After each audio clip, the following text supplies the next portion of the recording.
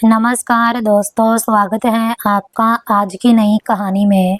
मैं सास के लिए दूध बना रही थी जब सास मेरे तलाक के पेपर लेकर आई और बोली, मेरे बेटे ने तुम्हें तलाक दे दिया है, अब निकलो यहाँ से। मैं रोती हुई सास के कदमों में बैठ गई कि मैं अनाथ हूँ, कहाँ जाऊंगी। लेकिन सास मुझे घसीटती हुई दरवाजे तक ले आई और मेरा सामान बाहर फेंक कर बोली, दफा हो जाओ मनहूस, वापस ना आना। मैं रोती हुई अपना सामान उठाकर बैग में डालने लगी जब अचानक सामान में मुझे एक लिफाफा मिला जिस पर मेरी तस्वीर बनी हुई थी। मैंने उस लिफाफे को खोलकर देखा तो मेरा कलेजा फट गया, क्योंकि मुझे याद नहीं कि मेरे मम्मी पापा कौन हैं, क्योंकि मैंने जब से होश संभाला था खुद को एक अनाथ आश्रम में पाया था। मेरे लिए तो सब कुछ गुरुजी थे। मैं अपने मम्मी पापा को याद करके बहुत रोती, उदास रहती कि उन्होंने मुझे यहाँ क्यों छोड़ा होगा। ऐसी भी क्या मजबूरी थी उनकी कि वो आज तक मिलने भी नहीं आए। एक दिन मैं ऐसे ही उदास बैठी थी जब गुरुजी मेरे पास आए और मेरे सिर पर हाथ रखकर बोले, राधा बेटी, तुम क्यों उदास हो? पता है तुम बहुत खास हो और भगवान ने तुम्हें किसी बहुत बड़े मकसद के लिए पैदा किया है।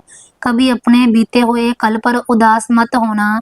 पता है जिनका कोई नहीं होता उनका भगवान होता है, और जिसका भगवान हो उसका भविष्य कभी अंधेरा नहीं होता। उनकी बातों में एक ऐसी मिठास थी कि मेरा दिल एकदम से खुश हो जाता। मैं 18 साल की हो चुकी थी और मुझे सबसे समझदार और जिम्मेदार लड़की समझा जाता था। एक दिन अचानक एक काली सी बड़ी गाड़ी उस अनाथ आश्रम के दरवाजे पर आकर रुकी। वो एक बहुत महंगी और शानदार गाड़ी थी जिसमें से एक औरत उतरी।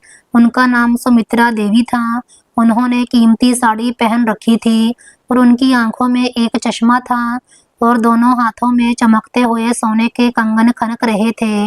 वो शहर की बहुत अमीर और रसूख वाली शख्सियत थी और सुना था कि हर साल हमारे अनाथ आश्रम को भारी रकम दान के तौर पर देती थी। लेकिन उनके चेहरे पर एक ऐसी शक्ति, एक ऐसा घमंड था जो मुझे पहली नजर में ही खटक गया था।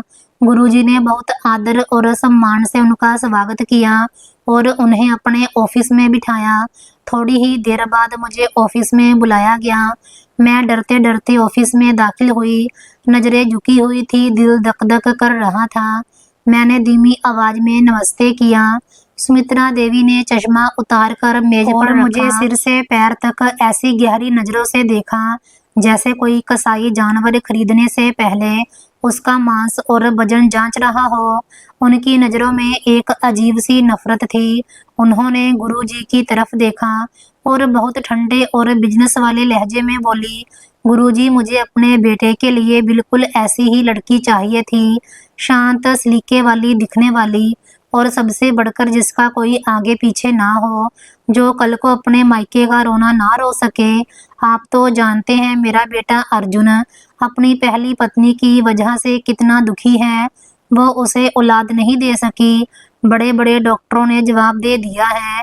मुझे अपने खानदान का वारिस चाहिए, अपनी नस्ल चलानी है और इसके लिए मुझे एक ऐसी बहू चाहिए जो सिर्फ वारिस पैदा करे और मेरे घर के मामलों में मेरी हुकूमत में दखल ना दे। उनके शब्द मेरे कानों में पिघला हुआ शीशा बनकर उतर रहे थे। मैं वहां खड़ी थी मगर मेरी बात ऐसे हो रही थी जैसे किसी बेजान चीज का सौदा किया जा रहा हो। गुरुजी के चेहरे पर एक साया सा लहराया। उन्होंने कुछ पल सोचा, फिर बहुत मजबूरी से कहा, सुमित्रा देवी, राधा मेरी बेटियों जैसी है। ये बहुत नेक, शरीफ और पवित्र बच्ची है। मैं चाहता हूँ कि इसका घर बस जाए, इसे छत मिल जाए। अगर आप इसे अपनी बहू बनाकर ले जाएंगी तो ये इसके लिए खुशनसीबी होगी। मगर मेरी एक विनती है, एक बाप की हैसियत से दरख्वास्त है कि इसे कभी अनाथ होने का, बेसहारा होने का ताना ना दीजिएगा। ये फूल जैसी बच्ची है, मुरझा जाएगी। सुमित्रा देवी के होठों पर एक तंज भरी मुस्कुराहट उभरी।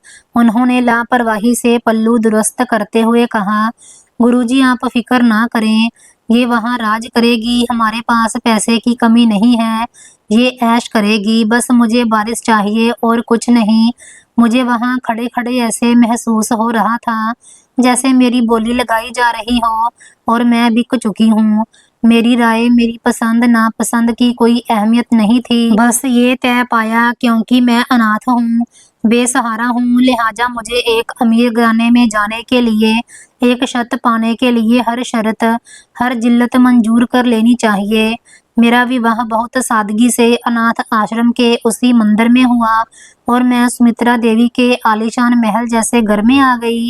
ये घर अनाथ आश्रम से 1000 गुना बड़ा, खूबसूरत और सजा हुआ था, मगर उसकी दीवारों से एक अजीब सी ठंडक टपकती थी। उसमें वो गर्मजोशी, वो अपनापन नहीं था जो गुरुजी के छोटे से ऑफिस में था। विदाई के वक्त गुरुजी की बूढ़ी आंखों में आंसू तैर रहे थे। उन्होंने मेरे सिर पर कांपता हुआ हाथ रखा और गला बरोई आवाज में आखिरी नसीहत की, राधा बेटी, अब यही तुम्हारा घर है। सास को माँ का दर्जा देना और पति को भगवान समझना। सब्र का दामन कभी हाथ से ना छोड़ना, कभी उन्हें शिकायत का मौका मत देना। जाओ बेटी, भगवान तुम्हें हमेशा खुश रखे। मैं अपने कमरे में बैठी थी जो सुंदर गुलाबों से सजा हुआ था, मगर मेरे दिल में कांटेदार झाड़ियां उग रही थी। अजीब से डर दिल को घेर रहे थे। थोड़ी देर बाद दरवाजा खुला और मेरे पति अर्जुन अंदर दाखिल हुए। वो एक पढ़े लिखे और खूबसूरत इंसान थे, मगर उनके चेहरे पर खुशी की बजाय बेरुखी, थकान और एक अजीब सी नफरत दिखाई दे रही थी। उन्होंने मेरी तरफ आंख उठाकर भी नहीं देखा। वो सीधे ड्रेसिंग टेबल की तरफ गए, अपनी कीमती घड़ी उतारकर मेज पर पटकी और टाई ढीली करते हुए आईने में मुझे घूरा। मैंने डरते डरते घूंघट उठाकर उन्हें देखा। वो आईने में मुझे ही देख रहे थे, मगर उनकी नजरों में कोई मोहब्बत, कोई अपनापन नहीं था। उन्होंने पीछे मुड़े बिना बहुत सख्त लहजे में कहा, देखो राधा, मुझे नहीं पता कि मम्मी ने तुम्हें क्या सपने दिखाए हैं, क्या क्या हरे भरे बाग दिखाए हैं, लेकिन एक बात गांठ बांध लो, मेरी जिंदगी में प्यार नाम की फिजूल चीज की कोई गुंजाइश नहीं है। मैंने ये शादी सिर्फ और सिर्फ मम्मी की जिद पर की है, क्योंकि उन्हें खानदान का वारिस चाहिए। वो पोते का मुंह देखना चाहती हैं। तुम इस घर में रहो, खाओ पियो, जो चाहे मांगो, ऐश करो, मगर मुझसे किसी भावनात्मक रिश्ते की, किसी प्यार की उम्मीद मत रखना। मेरी पहली पत्नी मीरा ही मेरी जिंदगी है, मेरी मोहब्बत है और हमेशा रहेगी। उनके शब्द मेरे दिल को चीरते हुए निकल गए। मैं जो हजारों सपने, हजारों अरमान लेकर इस घर में आई थी, वो एक ही पल में टुकड़े टुकड़े होकर मेरी आंखों में चुभने लगे। मैंने सिर झुका लिया, आंसुओं को पल्लू में सोखा और धीमी टूटी हुई आवाज में कहा, जी ठीक है, मैं आपको शिकायत का मौका नहीं दूंगी। अर्जुन ने मेरे जवाब का कोई ध्यान नहीं लिया और करवट बदलकर सो गया। वो मेरी जिंदगी की पहली रात थी जिसे मैंने जागकर घुटनों में सिर देकर गुजारा था। मुझे गुरुजी की याद बहुत शिद्दत से आ रही थी। मुझे लग रहा था कि मैंने अनाथ आश्रम की आज़ादी खोकर सोने के पिंजरे में कैद होने का फैसला कर लिया है। मेरी शादी को अभी मुश्किल से 1 महीना ही गुजरा था। अभी मेरे हाथों की मेहंदी का रंग भी नहीं उतरा था कि अनाथ आश्रम से एक बुरी खबर आई। गुरुजी को अचानक दिल का दौरा पड़ा और वो अस्पताल पहुंचने से पहले ही भगवान के पास चले गए। ये खबर मुझ पर आसमान से बिजली बनकर गिरी। मैं पागलों की तरह नंगे पांव वहां पहुंची। गुरुजी का अंतिम संस्कार देखकर मेरा कलेजा फट रहा था। मैं जोर जोर से रो रही थी। वो अकेले इंसान थे जो इस पूरी दुनिया में मेरे अपने थे, मेरा सहारा थे। उनके जाने के बाद मुझे ऐसा लगा जैसे सिर से आखिरी छत भी छिन गई हो। गुरुजी के जाने के बाद अनाथ आश्रम का सारा सिस्टम बिगड़ गया। उनके बाद कोई ऐसा भला इंसान नहीं था जो उस जगह को दिल से चलाता। पैसे की कमी होने लगी और सुनने में आया कि जमीन के कुछ पुराने झगड़ों की वजह से वो अनाथ आश्रम बंद होने वाला है। अंतिम संस्कार से वापसी पर जब मैं टूटी हुई हालत में ससुराल पहुंची तो सुमित्रा देवी हाल में आराम से बैठी चाय पी रही थी। उन्होंने मुझे सूजी हुई आंखों के साथ रोते हुए देखा तो बोली, अब बस भी करो राधा, कोई तुम्हारा सगा बाप नहीं था, एक अनाथ आश्रम का इंचार्ज ही तो था, मर गया तो क्या हुआ, मुझे जल्द से जल्द खुशखबरी चाहिए। मैंने जी मम्मी जी कहा और अपने कमरे में चली गई। अर्जुन फोन पर मीरा से हंस हंस कर बात कर रहा था। उसने मुझे दिलासा देने के लिए एक शब्द भी नहीं कहा। वक्त गुजरता गया, 1 साल, 1.5 साल, 2 साल बीत गए। मेरी गोद खाली रही। सुमित्रा देवी अब खुलकर सबके सामने मुझे बेइज्जत करने लगी थी। खाती पीती सांड होती जा रही हो, मगर जो काम तुम्हारा है वो तुमसे नहीं हो रहा। अगर तुमसे कुछ नहीं होता तो साफ बता दो, मैं अपने बेटे के लिए कोई और रास्ता निकालूंगी। डॉक्टरों की रिपोर्ट कहती थी कि मुझ में कोई कमी नहीं है, मगर अर्जुन चेकअप करवाने को तैयार नहीं था। वो अक्सर नशे में धुत होकर आता और मीरा के पास रहता था। नौकरों से मुझे पता चला कि मीरा और अर्जुन का तलाक नहीं हुआ था, वो सिर्फ अलग रहते थे। सुमित्रा देवी को मीरा पसंद नहीं थी, इसीलिए उन्होंने जिद करके मेरी दूसरी शादी अर्जुन से करवाई थी। जिल्लत और खौफ के साए में जीते हुए मुझे 2 साल हो चुके थे। एक शाम सुमित्रा देवी मेरे कमरे में आई। उनके हाथ में एक मिट्टी की प्याली थी जिसमें काली स्याही जैसी दवा थी। उन्होंने वो प्याली मेरे हाथ में थमाते हुए बहुत सख्त लहजे में कहा, ये कीमती दवाई है, बहुत महंगी और खास है, इसे अभी मेरे सामने पियो और कान खोलकर सुन लो राधा। अगर अगले 2 महीने में कोई खुशखबरी ना मिली, अगर तुमने मुझे वारिस ना दिया तो मुझसे बुरा कोई नहीं होगा। मैं ज्यादा इंतजार नहीं कर सकती, मेरा सब्र जवाब दे चुका है, ये तुम्हारे पास आखिरी मौका है। मैंने कांपते हाथों से वो कड़वी कसीली दवा पी ली। गला जल गया, मगर मेरे दिल में ये डर बैठ गया कि अगर औलाद ना हुई तो मेरा क्या बनेगा। मेरा तो इस दुनिया में कोई ठिकाना भी नहीं था। अनाथ आश्रम बंद हो चुका था और वहाँ के बच्चे सूखे पत्तों की तरह बिखर चुके थे। मैं रातों को उठ उठकर मंदिर में बैठती और रो रो कर भगवान से दुआ मांगती कि हे भगवान, मेरी झोली भर दे, मुझे औलाद दे दे ताकि मुझे इस नरक से, इन तानों से निजात मिले। मगर भगवान को शायद कुछ और ही मंजूर था। मेरी आजमाइश अभी खत्म नहीं हुई थी, बल्कि अभी तो इन कठिन रास्तों की शुरुआत हुई थी। वक्त का पहिया घूमता रहा और मेरी जिंदगी की मुश्किलें कम होने की बजाय बढ़ती ही गई। 2 साल का लंबा समय बीत चुका था, मगर मेरी गोद हरी ना हो सकी। महल जैसे घर की दीवारें मुझे काटने को दौड़ती थी। सुमित्रा देवी का रवैया अब सिर्फ सख्त नहीं था, बल्कि जालिमाना हो चुका था। वो हर बात पर मुझे टोकती और हर निवाले पर ताना देती। एक सुबह नाश्ते की मेज पर सुमित्रा देवी ने चाय का कप जोर से प्लेट में रखा, जिससे चाय छलक कर मेज पोश पर गिर गई। उन्होंने नफरत भरी नजरों से मेरी तरफ देखा और बहुत तीखे लहजे में बोली, कब तक इस दिन का इंतजार करूंगी जब इस घर में बच्चे की किलकारियां गूंजेंगी। तुमने मेरे बेटे की जिंदगी बंजर कर दी है। 2 साल हो गए हैं और तुमसे एक वारिस नहीं दिया गया। मुझे लगता है तुम्हारी कोख बांझ है। अनाथ आश्रम से लाकर मैंने सांप पाला है जो सिर्फ मेरा पैसा बर्बाद कर रहा है। मैंने निवाला वहीं छोड़ दिया। मेरे हाथों में कांटे चुभने लगे थे। मैंने नजरें झुकाकर मुश्किल से अपनी आवाज को कांपने से बचाते हुए कहा, मम्मी जी, मैंने बहुत इलाज करवाया है। डॉक्टर कहते हैं मुझ में कोई कमी नहीं है। ये भगवान की देन है, जब वो चाहेगा देगा। आप दुआ करें, शायद भगवान हमारी सुन ले। सुमित्रा देवी ने एक तंज भरी हंसी लगाई जो मेरे दिल को चीर गई। वो अपनी कुर्सी से उठी और मेरे करीब आकर अपनी उंगली मेरे माथे पर मारते हुए बोली, दुआ तो मैं उस दिन करूंगी जब तुम इस घर से दफा हो जाओगी। मेरा बेटा अर्जुन तुमसे बेजार हो चुका है। वो घर नहीं आता क्योंकि यहाँ उसे तुम जैसी मनहूस सूरत नजर आती है।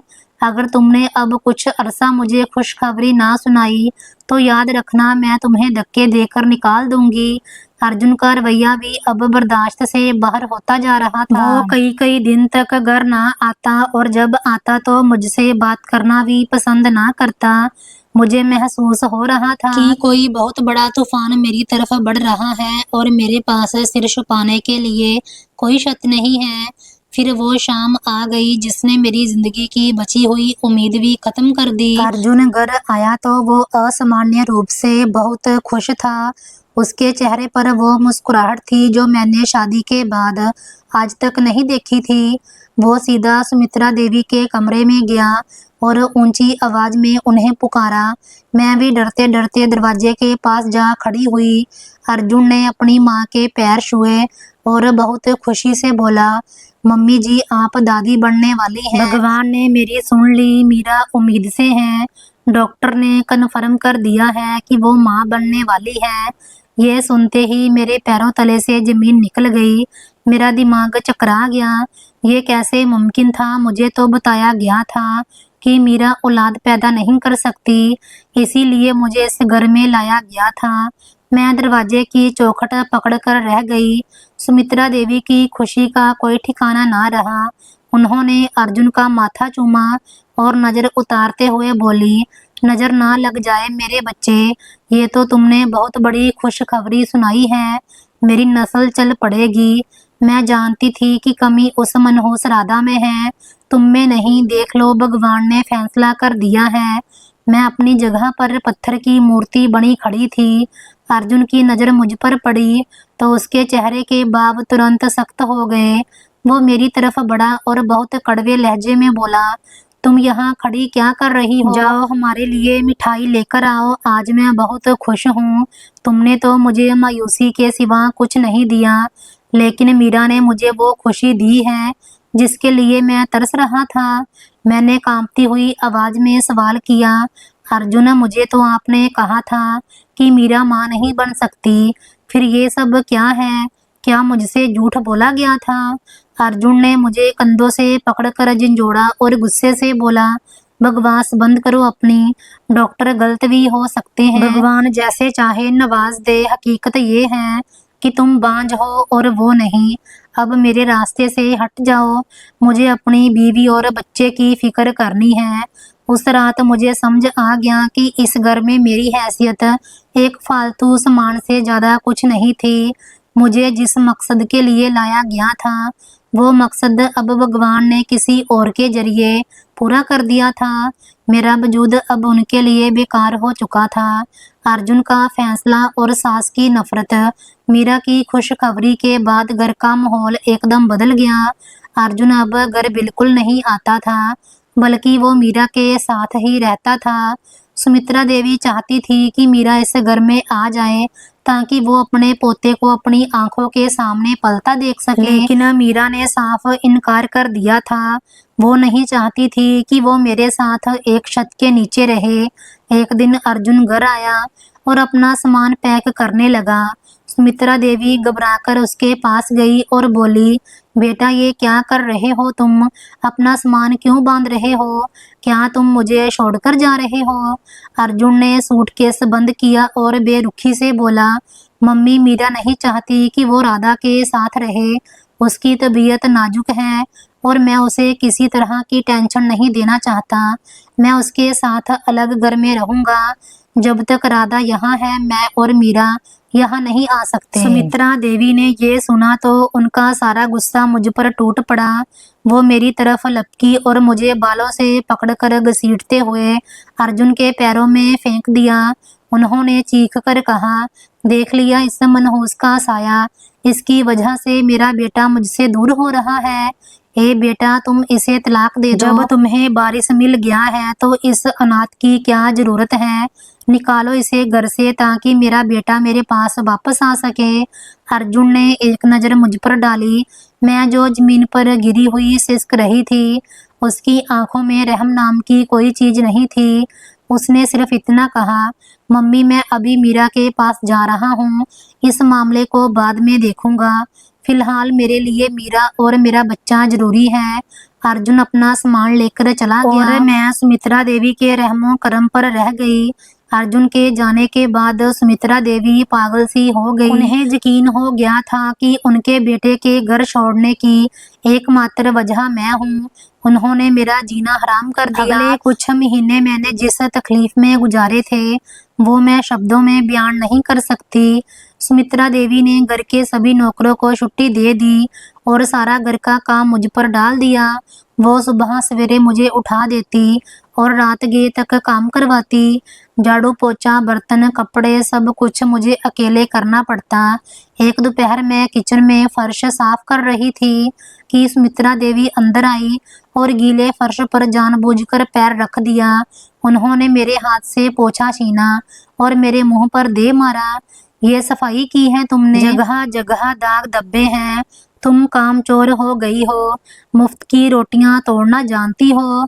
बस दोबारा साफ करो इसे, वरना आज का खाना नहीं मिलेगा। मैंने आंखों में आए आंसुओं को रोका और दोबारा फर्श साफ करने लगी। मैं जानती थी कि अगर मैंने मुंह खोला तो वो मुझे घर से निकाल देंगी और मेरे पास जाने के लिए कोई जगह नहीं है। अनाथ आश्रम बंद हो चुका था और वहाँ के लोग बिखर चुके थे।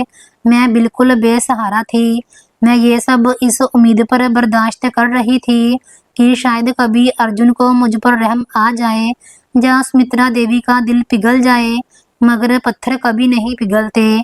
मैं रातों को भूखे पेट सोती। मेरे हाथों में छाले पड़ गए थे और रंगत पीली पड़ गई थी। कभी कभी मुझे लगता कि मौत इस जिंदगी से कहीं बेहतर है।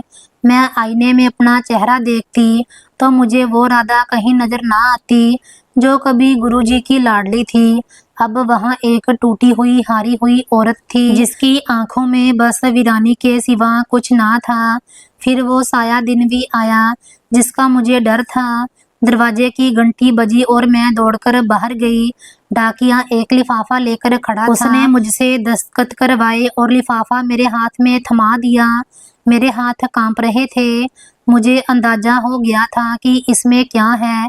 मैं लिफाफा लेकर सुमित्रा देवी के पास गई। उन्होंने मुझसे लिफाफा छीना और उसे खोला। कागजात देखते ही उनके चेहरे पर एक शैतानी मुस्कुराहट फैल गई। उन्होंने वो कागजात मेरे मुंह पर मारे और नफरत से बोली, मुबारक हो राधा, अर्जुन ने तुम्हें तलाक दे दिया है। आखिरकार मेरे बेटे ने अकल से काम लिया है। अब तुम्हारा इस घर में कोई ताल्लुक नहीं रहा। कागजात जमीन पर बिखरे पड़े थे। उन पर मोटे अक्षरों में तलाक लिखा था। मेरे कानों में सन्नाटा होने लगा। मैंने सुमित्रा देवी के पैर पकड़ लिए और गिड़गिड़ाकर बोली, मम्मी जी, भगवान के लिए ऐसा ना करें। मैं कहाँ जाऊंगी? मेरा कोई नहीं है इस दुनिया में। मैं आपके घर की नौकरानी बनकर रह लूंगी। मैं कभी आपसे कोई शिकायत नहीं करूंगी। मुझे छत से दूर ना करें। बाहर की दुनिया बहुत जालिम है। सुमित्रा देवी ने मुझे जोर से ठोकर मारी और पीछे हट गई। उन्होंने सख्त लहजे में कहा, ये ड्रामे बंद करो। मैंने तुम्हें पहले ही कहा था कि जिस दिन मुझे वारिस की उम्मीद नजर आ गई उस दिन तुम्हारी छुट्टी। अर्जुन को उसकी पहली बीवी से औलाद मिल गई है और अब वो वहीं खुश हैं। तुम यहाँ रहकर सिर्फ नफरत फैलाओगी। मुझे अपना बेटा और पोता इस घर में वापस चाहिए और वो तभी आएंगे जब तुम यहाँ से दफा हो जाओगी। मैं रोती रही, चीखती रही, मगर उनके दिल पर कोई असर ना हुआ। उन्होंने मेरा बाजू पकड़ा और घसीटते हुए मुझे दरवाजे की तरफ ले गई। शाम का अंधेरा फैल रहा था। गली सुनसान थी। सुमित्रा देवी मुझे मेन गेट तक ले आई और बाहर धक्का दे दिया। कुछ कहे बिना वो वहां से वापस मुड़ गई। लोहे के बारी गेट के बंद होने की आवाज किसी धमाके की तरह मेरे कानों में गूंजी थी और उसके साथ ही मेरे दिल की धड़कन जैसे रुक सी गई थी। मैंने पलटकर उस बंद दरवाजे को देखा जो अब शायद जिंदगी भर मेरे लिए नहीं खुलना था। मेरे हाथों ने बेख्तियार गेट की सलाखों को थाम लिया और मैंने पूरी ताकत से उन्हें झंझोड़ा। मेरे गले से निकलने वाली चीखें गली के सन्नाटे को चीरती हुई आसमान की तरफ लपकी। मेरी आवाज में वो दर्द था जो पत्थर को भी पिघला सकता था। मैंने रोते हुए पुकारा, भगवान के लिए दरवाजा खोलो। मम्मी जी मुझे मत निकालो, मैं कहाँ जाऊंगी। मैं आपके पैर पड़ती हूँ, मुझे घर के किसी कोने में जगह दे दो, मैं कभी आपके सामने नहीं आऊंगी। लेकिन अंदर से कोई जवाब नहीं आया। घर की रोशनियां एक एक करके बुझ रही थी और मेरे लिए हमेशा के लिए अंधेरा छा रहा था। मैंने अपना हाथ लोहे के गेट पर दे मारा। ठंडे लोहे की ठंडक मेरी रूह तक उतर गई। मैं जानती थी कि इस घर के लोगों के दिल इस लोहे से भी ज्यादा सख्त हैं। वहां मेरी फरियाद सुनने वाला कोई नहीं था। मेरी आवाज दीवारों से टकरा कर वापस आ रही थी। तभी गली के आवारा कुत्तों की आवाजें करीब आने लगी। मैंने डरते हुए पीछे मुड़कर देखा। गली के सिरे पर 3-4 कुत्ते खड़े थे और वो मेरी तरफ देखकर भौंक रहे थे। उनकी चमकती हुई आंखें अंधेरे में अंगारों की तरह लग रही थी। मेरा शरीर खौफ से कांपने लगा। मैंने अपनी चादर को अपनी चारों तरफ सख्ती से लपेट लिया। मुझे लगा कि इंसानों ने तो मुझे नोचकर फेंक दिया है, अब शायद ये जानवर मेरी बोटियां नोच खाएंगे। मैं गेट से पीठ लगाकर खड़ी हो गई। मेरी टांगों में जान नहीं रही थी। कुत्तों ने भौंकना शुरू कर दिया था और धीरे धीरे मेरी तरफ बढ़ने लगे। मैंने डर के मारे आंखें बंद कर ली और जोर जोर से गायत्री मंत्र पढ़ने लगी। मेरा दिल पसलियों से बाहर आने को बेताब था। मुझे अपनी मौत साफ दिखाई दे रही थी। एक कुत्ता मेरे बिल्कुल करीब आकर जोर से भौंका तो मेरी चीख निकल गई। मैंने जमीन से एक पत्थर उठाया और उसे डराने की कोशिश की। दूर हटो, चले जाओ यहाँ से, मेरी आवाज में कंपकपी थी। मगर कुत्ते शायद मेरा डर महसूस कर रहे थे। वो रुके नहीं बल्कि और करीब आ गए। मैं समझ गई कि यहाँ खड़े रहना खतरे से खाली नहीं है। मुझे छुपने के लिए कोई जगह ढूंढनी होगी। मेरी नजर गली के कोने में मौजूद उस बड़े कचरा डिब्बे पर पड़ी जिसके चारों तरफ ईंटों की दीवार बनी हुई थी। वो जगह गंदगी से भरी थी, मगर उस वक्त वही मेरी एकमात्र पनाहगाह नजर आ रही थी। मैं पागलों की तरह उस तरफ भागी। कुत्ते मेरे पीछे लपके, मगर मैंने पूरी जान लगाकर दौड़ लगाई और कचरे की दीवार के साथ जाकर बैठ गई। वहां कचरे के ढेर की बदबू ने मेरा स्वागत किया, मगर मुझे वो बदबू उन लोगों के व्यवहार से कम तकलीफदेह महसूस हुई। मैंने खुद को सिकोड़कर एक कोने में छुपा लिया। कुत्ते कुछ देर भौंकते रहे और फिर शायद मुझे वहां ना पाकर वापस चले गए। रात गहरी हो रही थी। आसमान पर बादल छाए हुए थे और कभी कभी बिजली चमकती थी जिससे गली में रोशनी हो जाती थी। मैं कचरे के ढेर के पास बैठी अपनी किस्मत पर आंसू बहा रही थी। सर्दी बढ़ रही थी और मेरे पास ओढ़ने के लिए सिर्फ एक पतली चादर थी। मेरा शरीर ठंड से अकड़ रहा था। मुझे अपना पुराना समय याद आने लगा। अनाथ आश्रम, गुरुजी का प्यार, वो सुकून की रातें जब हमें पैसे की फिक्र नहीं होती थी। मैं सोच रही थी, क्या अनाथ होना इतना बड़ा गुनाह है कि इंसान को जानवरों से भी बदतर सलूक का सामना करना पड़े। मैंने आसमान की तरफ मुंह किया और सिसकियों के बीच भगवान से शिकायत की, हे भगवान, तूने मुझे पैदा ही क्यों किया था? अगर मुझे ऐसे ही बेइज्जत होना था तो मुझे अनाथ आश्रम की चारदीवारी में ही मौत क्यों ना आ गई। मैंने तो कभी किसी का बुरा नहीं चाहा। मैंने तो हमेशा सब्र किया। फिर मेरे हिस्से में ये कांटे क्यों आए? मेरे सवालों का जवाब देने वाला वहां कोई नहीं था। सिर्फ हवा की साएं साएं थी, जहां दूर कहीं से किसी गाड़ी के गुजरने की आवाज। मेरे पेट में भूख के मरोड़ उठ रहे थे। मैंने सुबह से कुछ नहीं खाया था। सुमित्रा देवी ने दोपहर को भी मुझे खाना नहीं दिया था और अब रात के समय मैं खाली पेट सड़क पर बैठी थी। भूख इंसान को कमजोर कर देती है। मुझे चक्कर आ रहे थे और आंखों के सामने अंधेरा छा रहा था। अचानक गली में मोटरसाइकिल की आवाज गूंजी। मैं सहम गई। मुझे याद आया कि सुमित्रा देवी ने कहा था कि बाहर आवारा लोग फिरते हैं। अगर किसी की नजर मुझ पर पड़ गई तो मेरी इज्जत भी सुरक्षित नहीं रहेगी। मैंने अपनी सांसें रोक ली। मैं कचरे के बड़े थैलों के पीछे और छुप गई। मोटरसाइकिल वाला कचरा कुंडी के पास से गुजरा। उसकी हेडलाइट की रोशनी मेरे सिर के ऊपर से गुजर गई। मेरा दिल जोर जोर से धड़क रहा था। वो रुका नहीं, आगे निकल गया। मैंने राहत की सांस ली। मगर डर का साया मेरे सीने पर सवार था। मुझे लगा कि ये रात शायद मेरी जिंदगी की आखिरी रात है। मैंने अपने घुटनों में सिर दिया और रोने लगी। मेरे आंसू मेरे गालों से होते हुए मिट्टी में सोख रहे थे। मैं सोच रही थी कि कल सुबह अगर मैं जिंदा बच गई तो कहाँ जाऊंगी, किसके दरवाजे पर दस्तक दूंगी। दुनिया में मेरा कोई अपना नहीं था। मैं बिल्कुल अकेली थी। रोते रोते मेरी हिचकियां बंद हो गई। मेरा हाथ बेख्याली में जमीन पर मौजूद कचरे को कुरेद रहा था। मुझे गुस्सा आ रहा था अपनी बेबसी पर। मैंने गुस्से में अपना हाथ जोर से जमीन पर मारना चाहा कि अचानक मेरा हाथ किसी सख्त चीज से टकराया। वो कोई पत्थर नहीं था, उसकी बनावट कुछ अलग थी। मैं चौंकी। अंधेरे में मुझे कुछ साफ नजर नहीं आ रहा था। मैंने टटोल कर देखा, वो एक बड़ा सा बैग था। मैंने बैग को खींचकर अपने करीब किया। वो वाकई बहुत भारी था, उसे उठाना मुश्किल हो रहा था। मेरी जिज्ञासा जाग गई।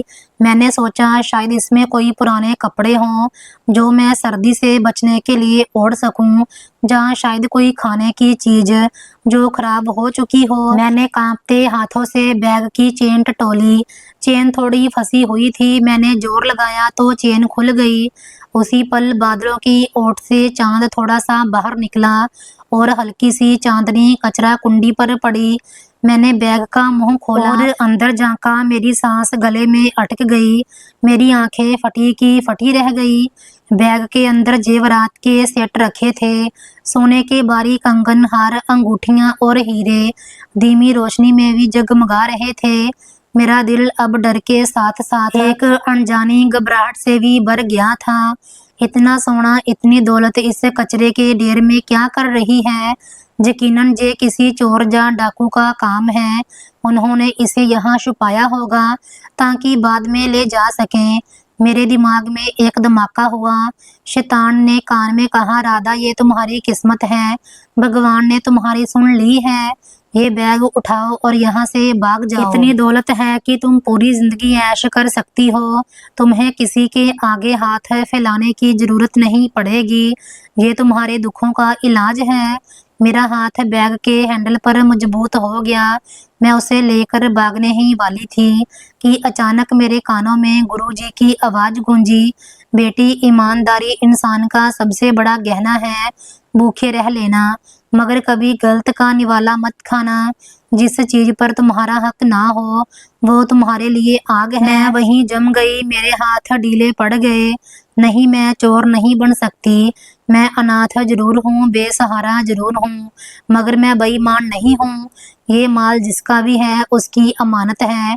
हो सकता है ये किसी की जिंदगी भर की कमाई हो सकता है कोई इसके लिए तड़प रहा हो। मैं किसी की बद्दुआ लेकर अपनी जिंदगी नहीं संवार सकती। मैंने फैसला कर लिया, मैं ये बैग अपने पास रखूंगी। मेरे पास कोई रास्ता नहीं था। मैंने बैग को अपनी बाहों में भर लिया और उसे अपनी चादर के नीचे छुपा लिया। मैं वहीं कचरा कुंडी के अंधेरे कोने में दबक कर बैठ गई। मुझे उस बैग की हिफाजत करनी थी। ये मेरे लिए एक इम्तिहान था। भगवान देख रहा था कि मैं इस आजमाइश में पास होती हूँ या नहीं। धीरे धीरे आसमान की कालिका कम होने लगी। पूर्व से हल्की सी सफेदी नजर आई। पक्षियों की चहचहाट शुरू हो गई। मुझे लगा जैसे जिंदगी दोबारा लौट रही है। मैंने भगवान का शुक्रिया अदा किया कि उसने मुझे इस डरावनी रात में जिंदा रखा और मेरी इज्जत की रक्षा की। जब उजाला इतना हो गया कि रास्ता साफ दिखाई देने लगा तो मैंने हिम्मत जुटाई।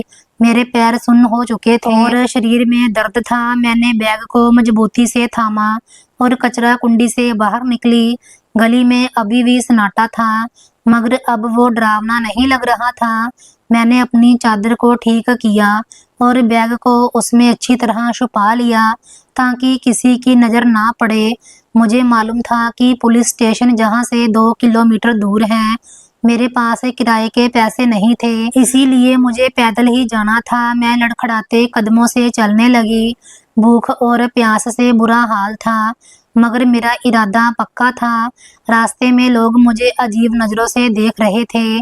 मेरे कपड़े मैले थे और हालत खराब थी, मगर मुझे किसी की परवाह नहीं थी।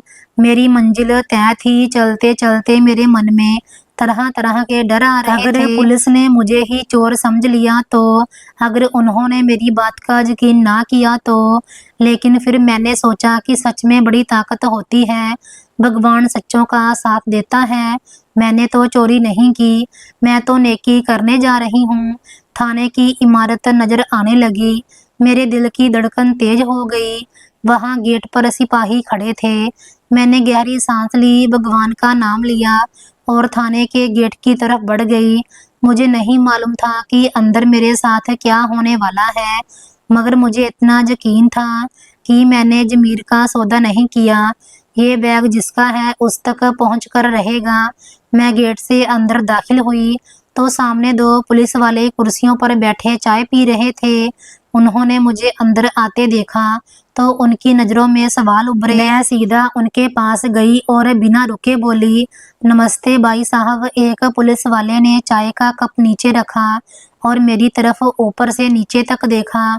उसने रूखे लहजे में पूछा, नमस्ते, ठीक है बहन जी, सुबह सुबह यहाँ क्या कर रही हो और ये हालत क्यों बनाई हुई है? मैंने कहा, मुझे बड़े साहब से मिलना है। मुझे ये बैग रास्ते में मिला है और मैं इसे जमा करवाने आई हूँ। पुलिस वाले ने हैरानी से बैग की तरफ देखा और फिर मेरी तरफ।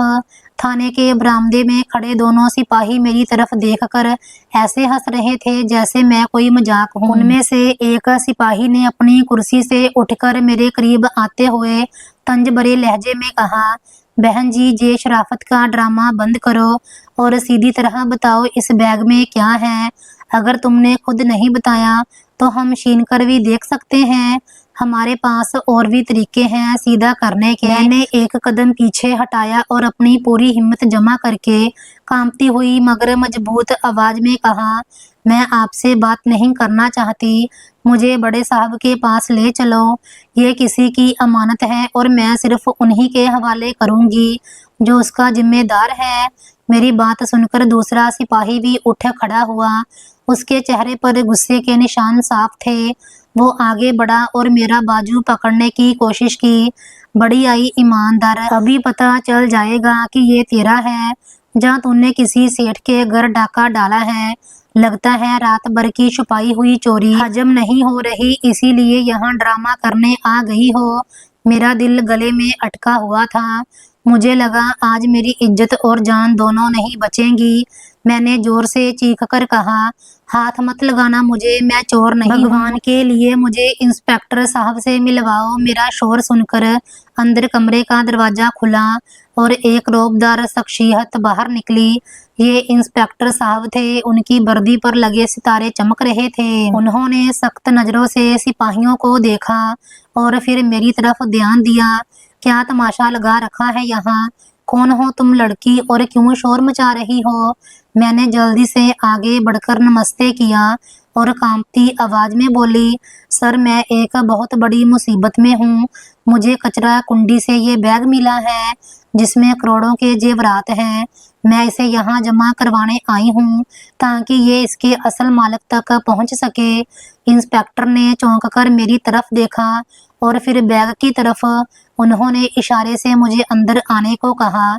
मैं कमरे में दाखिल हुई तो देखा वहां कोने में एक बेंच पर एक बूढ़ा जोड़ा बैठा है। दोनों के चेहरों पर हवाइयां उड़ी हुई हैं और बूढ़ी औरत लगातार रो रही थी। इंस्पेक्टर ने मुझे कुर्सी पर बैठने का इशारा किया और खुद अपनी मेज के पीछे बैठ गए। लाओ दिखाओ क्या है इस बैग में। मैंने कांपते हाथों से बैग मेज पर रखा और उसकी चेन खोल दी। जेवरात की चमक से कमरा जैसे रोशन हो गया। इंस्पेक्टर की आंखें हैरानी से फैल गई। अभी वो कुछ कहने ही वाले थे कि कोने में बैठी बूढ़ी औरत की नजर बैग पर पड़ी। बूढ़ी औरत बिजली की तेजी से अपनी जगह से उठी और मेज की तरफ लपकी। उसने बैग के अंदर झांका और फिर एक जोरदार चीख मारी, ये तो हमारे जेवरात हैं, ये हमारा बैग है। इंस्पेक्टर साहब, यही है वो चोर, पकड़ो इसे। इसी ने हमारी जिंदगी भर की कमाई लूटी है। बूढ़ी औरत ने मेरा कॉलर पकड़ने की कोशिश की, मगर इंस्पेक्टर ने बीच बचाव करवाया। मैं अपनी जगह पर सहम कर रह गई। मेरे वहमो गुमान में भी नहीं था कि नेकी करने का इनाम मुझे चोरी के इल्जाम की सूरत में मिलेगा। बूढ़ी औरत का गुस्सा आसमान को छू रहा था। वो चिल्ला रही थी, मेरी बेटी की शादी थी, कल तुमने हमारा घर उजाड़ दिया, शर्म नहीं आई तुम्हें बूढ़े माँ बाप को लूटते हुए। शक्ल से तो तुम बहुत मासूम बनती हो, मगर अंदर से काली हो। मैंने हाथ जोड़ दिए और मेरी आंखों से आंसुओं की जड़ी लग गई। मैंने गला बरोई आवाज में कहा, अम्मा जी, भगवान की कसम मैं चोर नहीं हूँ।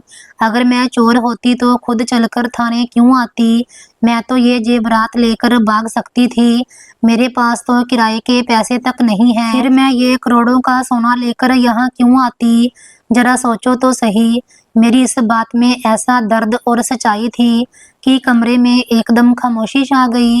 बूढ़ी औरत जो मुझे मारने पर तुली थी अचानक रुक गई। उसने मेरी आंखों में देखा, जहां डर और सच्चाई के सिवा कुछ नहीं था। तभी वो बूढ़ा आदमी जो अब तक खामोश खड़ा था आगे बढ़ा। उसने अपनी बीवी के कंधे पर हाथ रखा और उसे पीछे हटाया। देवी, ये लड़की ठीक कह रही है, जरा होश से काम लो। अगर इसने चोरी की होती तो ये पुलिस के पास कभी ना आती।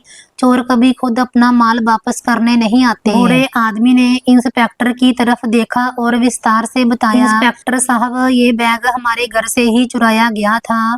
वो दो आदमी थे जो रात के अंधेरे में दीवार फांद कर आए थे। जब वो बैग लेकर भाग रहे थे तो मोहल्ले के चौकीदार ने देख लिया और फायरिंग कर दी। पूरा मोहल्ला जाग गया था।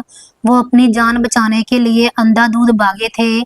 हमें लगता था कि इसी भागदौड़ में या तो उनसे ये बैग गिर गया या उन्होंने पकड़े जाने के डर से कचरा कुंडी में फेंक दिया ताकि बाद में ले जाएं। लेकिन ये बच्ची फरिश्ता बनकर वहां पहुंच गई और इसने ये बैग उठा लिया।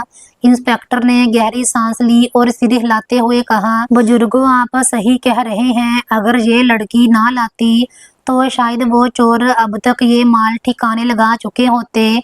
आप लोग खुशनसीब हैं कि इस दौर में भी ऐसी ईमानदार बेटियां मौजूद हैं। बूढ़ी औरत को अपनी गलती का बहुत एहसास हुआ। उसका गुस्सा पछतावे में बदल गया। वो आगे बढ़ी और मेरे सिर पर हाथ फेरते हुए रो पड़ी, मुझे माफ कर दो बेटी, मैं मजबूरी के हाथों मजबूर थी।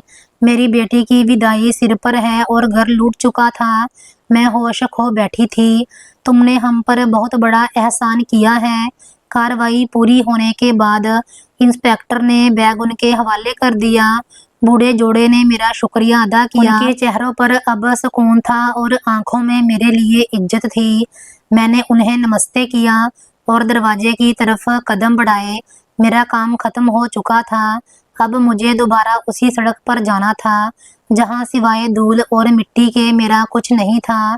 मैं अभी दरवाजे तक पहुंची ही थी कि बूढ़े आदमी ने मुझे आवाज दी, बेटी जरा रुको, बात तो सुनो। मैं रुक गई। उन्होंने मेरे करीब आकर प्यार से पूछा, तुम कहाँ रहती हो? हम तुम्हारे घर चलना चाहते हैं। हम तुम्हारे मम्मी पापा से मिलना चाहते हैं और उनके पैर छूना चाहते हैं जिन्होंने अपनी बेटी की ऐसी शानदार परवरिश की है। इतनी गरीबी और मजबूरी में भी तुमने ईमान का सौदा नहीं किया। ये कोई मामूली बात नहीं है। हम तुम्हारे मम्मी पापा का शुक्रिया अदा करना चाहते हैं। ये सुनते ही मेरे सब्र का बांध टूट गया। मेरे दिल का जख्म फिर से हरा हो गया। मैंने नम आंखों से उनकी तरफ देखा और कांपती आवाज में बोली, अंकल, मेरे कोई मम्मी पापा नहीं है। मैं अनाथ आश्रम में पलकर बड़ी हुई। मेरा इस दुनिया में कोई ठिकाना नहीं है। मेरे पति ने मुझे तलाक दे दिया है और सास ने घर से निकाल दिया है। कल रात मैं उसी कचरा कुंडी पर बैठी थी जहां से मुझे ये बैग मिला। अब मेरे पास जाने के लिए कोई जगह नहीं है। शायद सड़क ही मेरा मुकद्दर है। मेरी बात सुनकर उन दोनों पति पत्नी पर सन्नाटा छा गया। बूढ़ी औरत की आंखों में दोबारा आंसू आ गए, मगर इस बार ये आंसू दुख के थे। उन्होंने तड़पकर मेरा हाथ थाम लिया। क्या कहा तुमने? तुम अनाथ हो और तलाकशुदा हो? हाय भगवान, इतनी सी उम्र और इतने दुख। बूढ़े आदमी ने भी दुख से सिर हिलाया। उनके चेहरे पर एक अजीब सी सोच उभरी। उन्होंने अपनी बीवी की तरफ देखा दोनों की नजरें मिली और शायद उन्होंने खामोशी की भाषा में कोई फैसला कर लिया था। बूढ़ी औरत ने मेरा हाथ मजबूती से पकड़ा और दृढ़ आवाज में बोली, आज से तुम बेसहारा नहीं हो, तुम हमारे साथ हमारे घर चलोगी। मेरी अपनी भी एक बेटी है जिसकी 2 दिन बाद शादी है। तुम बिल्कुल मेरी बेटी जैसी हो। मैं तुम्हें अकेला सड़कों पर नहीं छोड़ सकती। जिसने हमारी इज्जत और बेटी का दहेज बचाया है, हम उसे कैसे बेसहारा छोड़ सकते हैं। मैं हिचकिचाई। मुझे अपनी सास की बातें याद आ रही थी कि मैं मनहूस हूँ। मैंने डरते हुए कहा, नहीं आंटी, मैं आप पर बोझ नहीं बनना चाहती। मैं कोई मेहनत मजदूरी कर लूंगी। लेकिन उन्होंने मेरी एक ना सुनी। वो मुझे जबरदस्ती अपनी गाड़ी में बिठाकर अपने घर ले गई। उनका घर बहुत शांत और रोशन था। वहां पहुंचकर उन्होंने मुझे अपनी बेटी से मिलवाया, जो बहुत खुश मिजाज थी। घर का माहौल देखकर मुझे लगा जैसे मैं अनाथ आश्रम में गुरुजी के पास वापस आ गई हूँ। अगले दिन घर में शादी की तैयारियां थीं। मैं रसोई के काम में हाथ बटा रही थी कि बूढ़ी औरत, जिन्हें अब मैं अम्मा जी कहने लगी थी, मेरे पास आई और मुझे अपने कमरे में ले गई। वहाँ बूढ़े अंकल भी मौजूद थे। अम्मा जी ने मुझे बिठाया और प्यार से बोली, राधा बेटी, हमने एक फैसला किया है।